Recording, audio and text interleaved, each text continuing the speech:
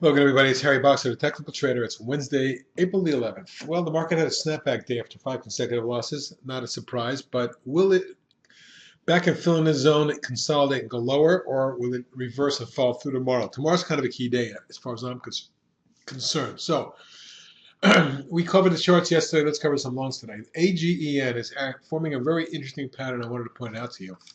After the breakaway surge here with volume, and then a stair step higher with the flag here, it is now forming another flag. See it? The easy little move down today was perhaps reversed with a gain of 34 cents or 5.5%. Volume wasn't heavy, so we'll have to see if there's any breakout with volume. But this is something to keep an eye on because if it does run, you could see 8.5, even as high as 9.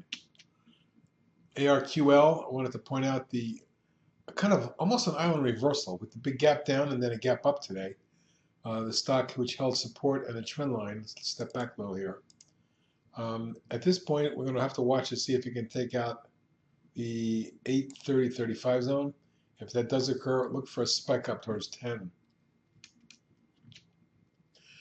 One of my favorites, Dunkin' Donuts. You can see how it came down in a steady channel after the secondary, held the 50-day moving average for 2 days, popped, pulled back to test again, and today popped $1 on 2.3 million shares, which lately has been pretty good for that. It's about the heaviest in 7 days. So watch for a breakout here. And if you did get this breakout, I expect to retest the highs around 32, 30, 35 zone. And then if that gets through, we're looking for 34.5 thereabout.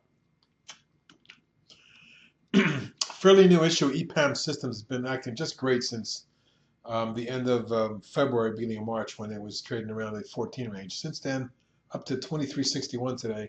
You can see how it spiked, pulled back for a few days, popped, pulled back, and now it's popping again. Top of the channel says we should test 25 short term. Heat, well, I wanted to show you heat because of the big surge it had, the 2-day pullback on low volume, and then the snapback. But the snapback didn't come at heavy volume, and as a result, I think we may back and fill in the zone, and then maybe try again. But if it should take out this little declining tops line, and which may also be the top of a large wedge type pattern here. Let's just see what it does in the next few days and whether it breaks out or continues to consolidate before it does that. If it does break out, my next target's up around 12.13. That could be a big move. MFRM, well, you can see how this has moved steadily from the 21 range up to the 45 range, more than doubling just since the end of December.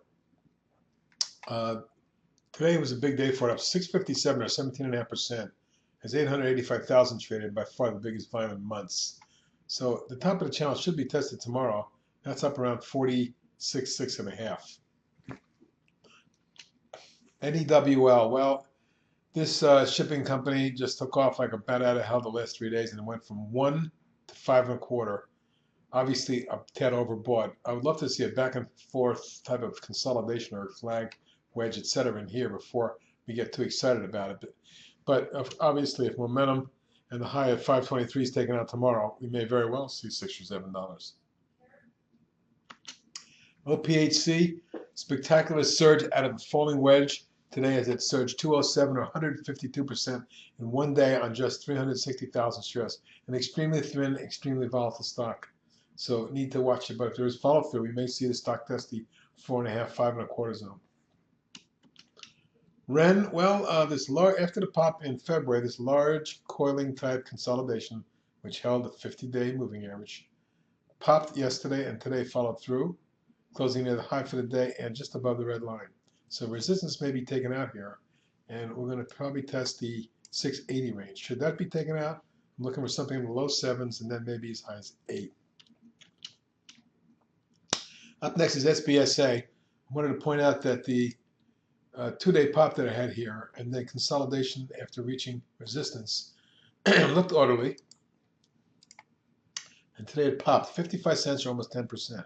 Now volume was pretty low, but we'll want to watch to see if volume picks it up and whether it surges up to test the old highs around 7.25. If it gets through that, and you can see that this major line will have been broken, which sets up the potentiality of a move up towards the 10-11 range.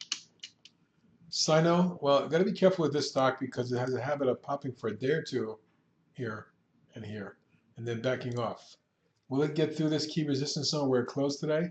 Perhaps on the opening, it'll get up in that zone. Well, we shall see whether or not we get a follow through. And if we do, look for something around 6 potentially. That could be wildfire. TITN, big day today on earnings.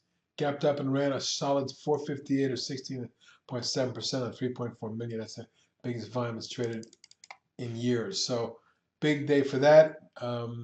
Nice, but resistance in this zone may contain this, not to mention the top of the rising channel.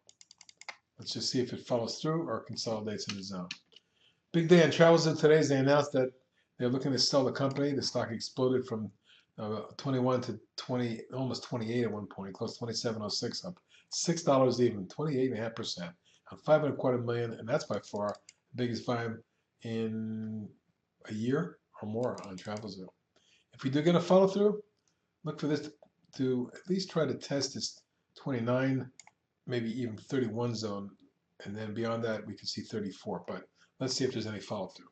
And lastly is Ubiquiti Networks, which has been in a nice rising channel, but I do want to point out that the current action, which is smacks of a coiling type pattern here, could explode to the upside, and if so, my target is 37 for UBNT. Those are your ideas on the long side for today. Have a good evening.